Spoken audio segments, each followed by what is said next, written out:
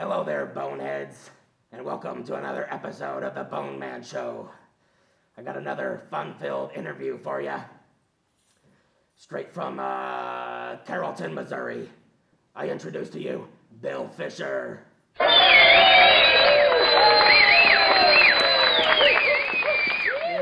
Hey, thanks for coming on the show, man. Thanks for having me. So how you feeling today? Great, grand, wonderful, fantastic. You do stand-up comedy, huh? I attempt to. I get up and I tell jokes, and people sometimes laugh at them. Usually people I know that like me. And I see. And how's that working out for you? Awesome.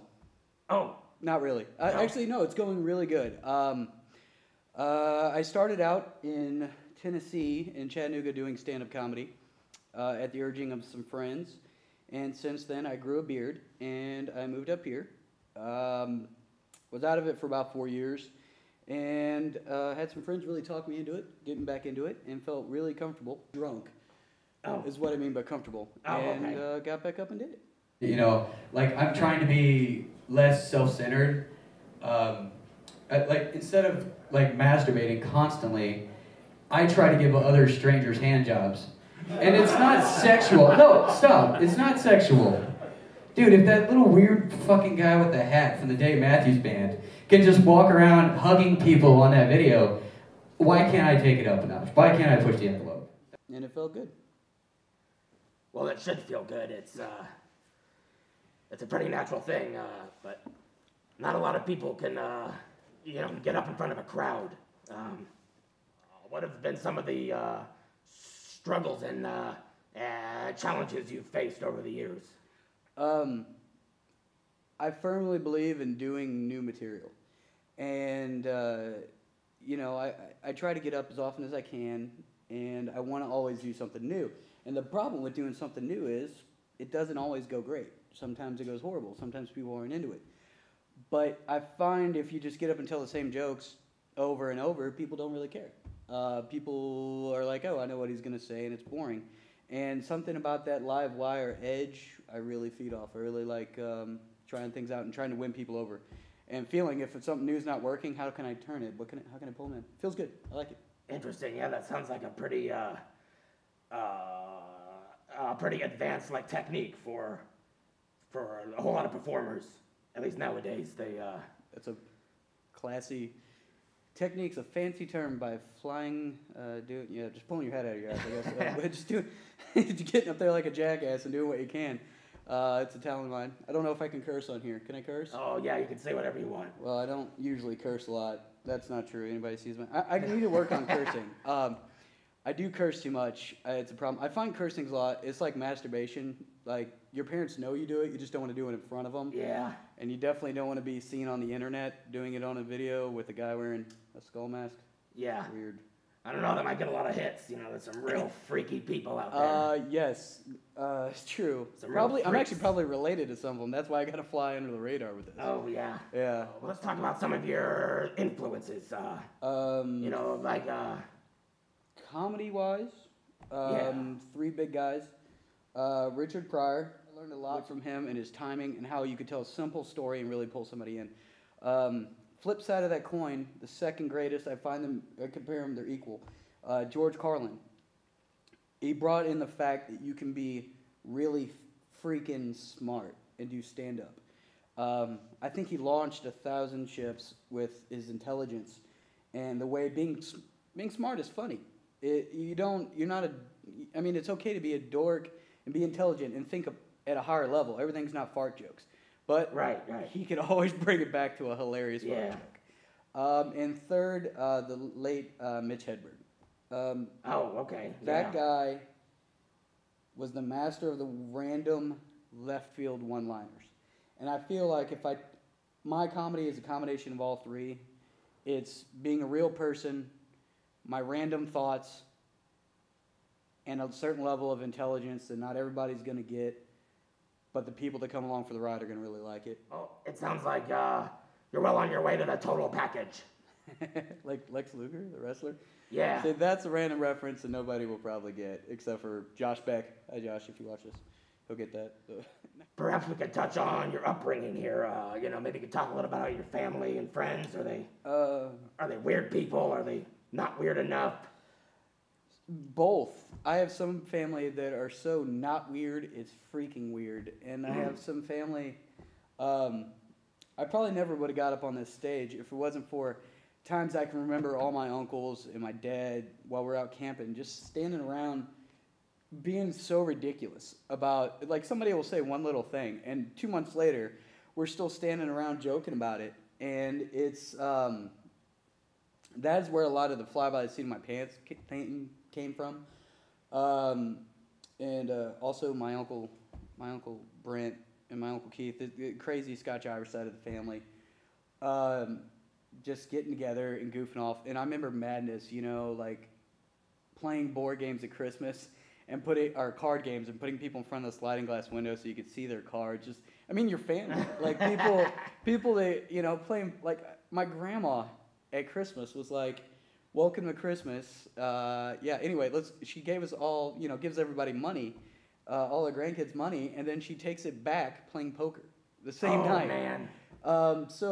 There's a lot of characters there and a lot of references. And I have family that spans the whole spectrum. And, they're a big part of what I do. And I know they're embarrassed that I say bad words.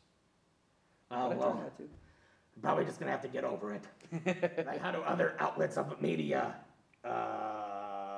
seem to influence you, like horror movies or comic books? Right. There's 3 of them. Comic books, horror movies, and music are my 3. It's my free time. I love reading regular books, but I find there's something about comics that pulls in the visual appeal. I started like everybody else anybody else that reads comics on, your simpler superhero stuff.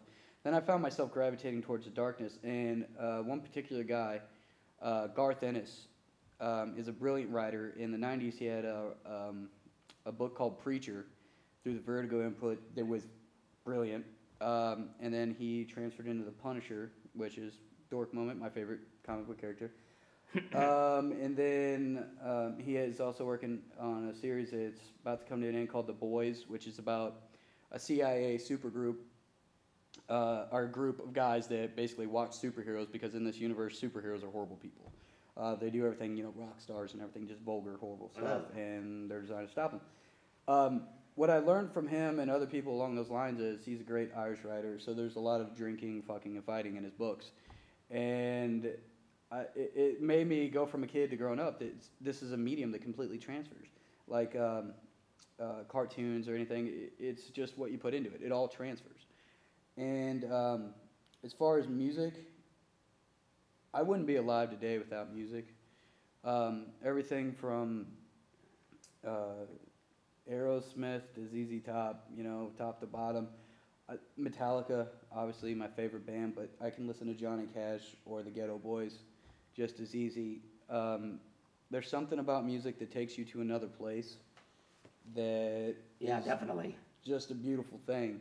And I try to incorporate some of that rhythm and that live energy you get from going to a live show, because nothing on the planet can touch that, and I try to incorporate that in my comics or in my stand-up comedy. And horror movies are the funniest thing on the planet to me. I know that's weird, but like some of the really scary ones get me, but it's very rare. Normally, like Evil Dead and stuff like that, I just laugh constantly, and like that's where I've developed a lot of my I guess my desire to always find a moment to laugh, even when things, like I've had a really hard week, a lot of personal tragedies, and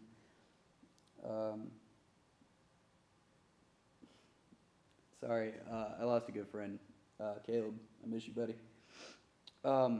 And my aunt, within the same week, Aunt Kathy, miss you too. Well, that's too bad. Thank you. But anyway, like I was saying, through those different mediums, I've learned to laugh in the face of really hard things, and I think that's a gift. I believe in God in a roundabout way, but I do, and I believe that it was a gift that was given to me. It's not ego. It was a gift that was given to me to help other people in those times, and it's something I don't take lightly. And when I'm in those situations, I feel like, it feels really good to make somebody laugh in a very bad, hard time. And I think that's something I try to pass on. And I try to, bring that into my own life when I'm dealing with hard times too. And I think comedy, whether it's on a stage or it's two people standing at a bar or at a funeral, being able to look somebody in the eye and laugh, it takes so much weight off of them, off you, and just gets rid of it for just a little bit. And I think that's a beautiful, awesome thing. Oh yeah, do you have any videos on who was it, Bill Donald's Yes. YouTube? Yes, I do. Bill, the first person in a very long time to fly below my gaydar. I love that guy. He's hilarious. Motherfucker! On his site, Bill does a great service to all of us doing the stand-up. He films everything, puts it up, looks in a beautiful, beautiful way, and really looks professional and great. It is professional. It's amazing what he does for free. He doesn't charge anybody. He does it for love of the game. So thank you, Bill, Donald. It's if you go to his, the as yet unnamed comedy show. I'll put a link right here. If you go there, or simply go to YouTube and type in Bill Fisher Comedy, it'll pop up. If it's this beautiful face, filmed by Bill Donald, then that's the right stuff. I have 3 things up there right now.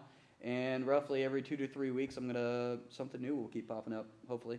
That sounds awesome, man. Hopefully it's not a child of herpes. Yeah, let's hope. Or a child with herpes. Well, on the topic of herpes, could you touch on... herpes? No, could you touch on some of your goals? With your Not comedy get and- herpes. No would be a herpes, goal. one. I have 1 herp currently. I don't want any more. Just one. Yes. No. Yes, I guess avoiding... actually, I just don't want to go to work anymore, really. No, what it is, I view this as a stepping stone, and I really want to do comedy full time. I feel like I can. I feel like I see a lot of people on stage, and this is going to sound cocky, but I feel like I see a lot of people on stage at a higher level that have either had it and lost it, or just don't care anymore. People like actors and everything, and it just feels like it's handed to them, and I feel like I could do it or do better. And I honestly feel like as the link right there will probably show at the As Yet Untitled comedy show, I feel like I'm surrounded by people that are as good or better than me. And it's so awesome to be in that environment. There are some truly talented people out there. I agree. It's just, I want to be one of them. I really think that I have what it takes. And honestly, I didn't at one point just for self-esteem issues or whatever. And I got to thank, shout out, Amanda Clean Scales, you. Rachel Boaz, you. Me, for listening to them, because I'm awesome. Not really. Those 2 amazing ladies refused to let me not believe in myself, and I have to thank them on here. But besides that, friends, family, everybody, my Uncle Tim, telling me that I'm funny and that I should do this, not understanding why I don't. Also, my buddy Caleb that passed away telling me he's really proud of me for getting back up there and not to quit. That's my goal. I want to move forward with this and make a career out of it. Oh, but that sounds great. Thank you. That sounds like a great goal. And yeah, you are definitely well on your way. I hear you're trying to put on a show coming up here in the next month. Yes, February the 23rd at A&J's Wasted Space in Carrollton. Great dive bar. I do not mean dive as an insult. You walk in, concrete floor, old wood bar. Really awesome place. Great vibe. It's in the middle of nowhere, but I promise you they're smart. But here's the thing. There's so many cool, different, smart people coming in there. I'm going to go from memory, so I hope I don't offend anybody that I've asked to do the show because I drink a lot. Speaking of drinking a lot, Gabby Morin does the stand-up show here in Columbia. She's going to come up and do it. Brilliant, awesome, seriously smart, drunk. She can't help it, but she's brilliant.